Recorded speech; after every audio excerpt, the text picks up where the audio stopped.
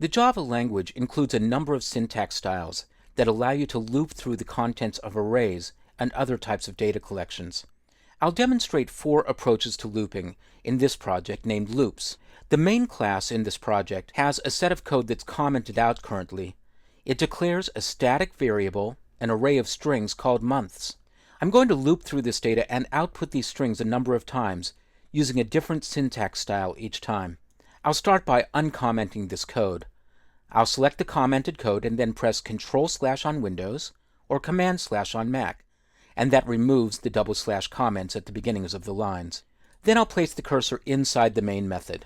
The first type of loop I'll show you uses a numeric counter variable. It's a conventional for loop, and the syntax looks exactly the same as it would in JavaScript and other similar languages. I'll start by typing in the word for, and then pressing Ctrl-. Eclipse gives me a number of choices, and I'll choose the first one, for iterate over array. This sort of loop uses a temporary variable, sometimes called a counter variable. When you generate the code using Eclipse, it will name the variable I for integer, and it will data type it as an int. Now, if you're dealing with a fairly small amount of data, you could change the data type to a short or even a byte, but typically ints are used in this case. When you're looping through an array, you should set the initial value of the counter variable I as 0. This is because, in Java, arrays are 0-based. The first item is item 0, the second is item 1, and so on. Then, in order to make sure that you hit every item in the array, you add a comparison. You look at the counter variable I, and you compare it to the length of the array. As long as I is less than the length, you'll execute any code within the for loop. But when I matches or exceeds the length, you'll stop.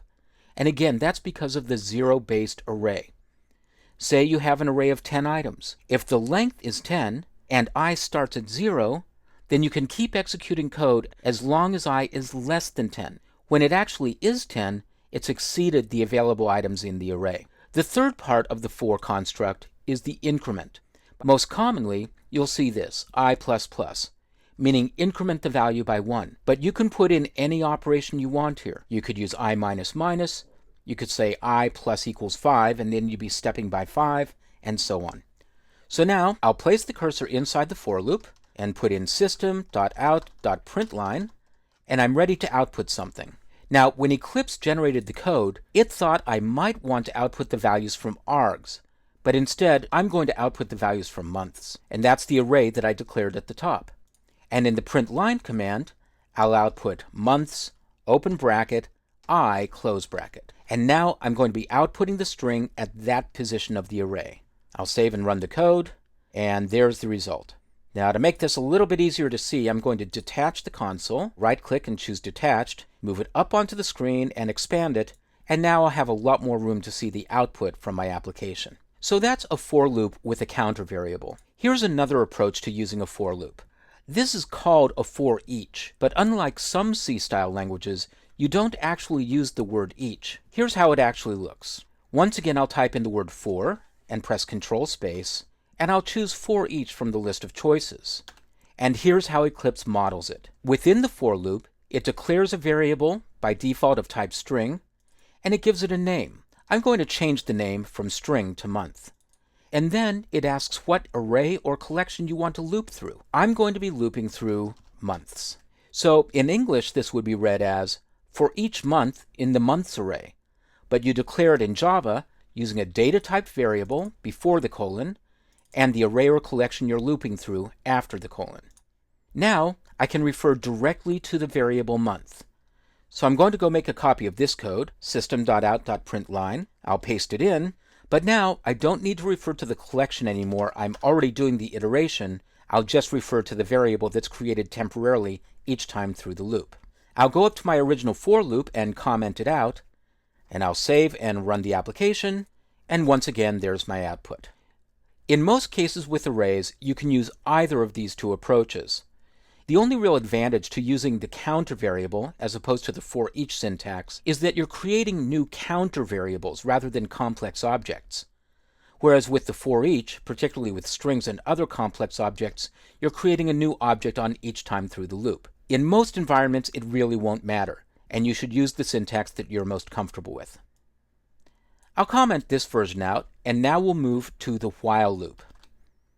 There are two forms of the while loop: the while loop where you put the condition at the front, and the while loop where you put the condition at the back. Before you create a while loop, you should declare a variable and give it an initial value. Unlike the for construct, the while construct does not do the variable tracking for you. So I'll create a variable called counter and set it to a value of 0. Now I'll type in the word while, and I'll press Control space, and I'll choose while loop with condition. The while loop with condition takes a look at a Boolean expression and asks, should I keep on looping? I'm going to set my condition as counter less than months.length. And then I'll move the cursor into the while loop, I'll paste in that code, and I'll change the name of the variable I'm looking at from I to counter, because that's what I declared it as earlier. But again, the while loop isn't going to increment that value for me. I have to do it myself. So I'll place the cursor after the print line command and increment the value with counter ++. I'll save and run the code. And once again, it does exactly the same thing as the for loops, but with a slightly different syntax. Finally, there's the do while loop. For the do while loop, you place the condition at the end of the loop. I'm going to make a copy of this code, and I'll paste it down at the bottom. I'll comment out the original, and now let's create a do loop. I'll take this while command, and I'll move it after the code block. Then I'll place the cursor at the beginning of the code block and put in the word do, and after the while command, I'll finish with a semicolon. So now I'm saying start by outputting the value, and then increment the value, and then do the evaluation, rather than doing the evaluation at the beginning. Take a look at what happens.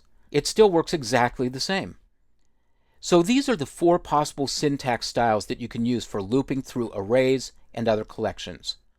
You can use counter for loops, you can use for each syntax, you can use a simple while loop, or you can use a do while loop. In many cases, it's just a matter of programmer preference, which syntax you like or are most comfortable with. You will find that there are differences in what problems you can solve between, say, a while and a do while, but for the most part, it's your choice.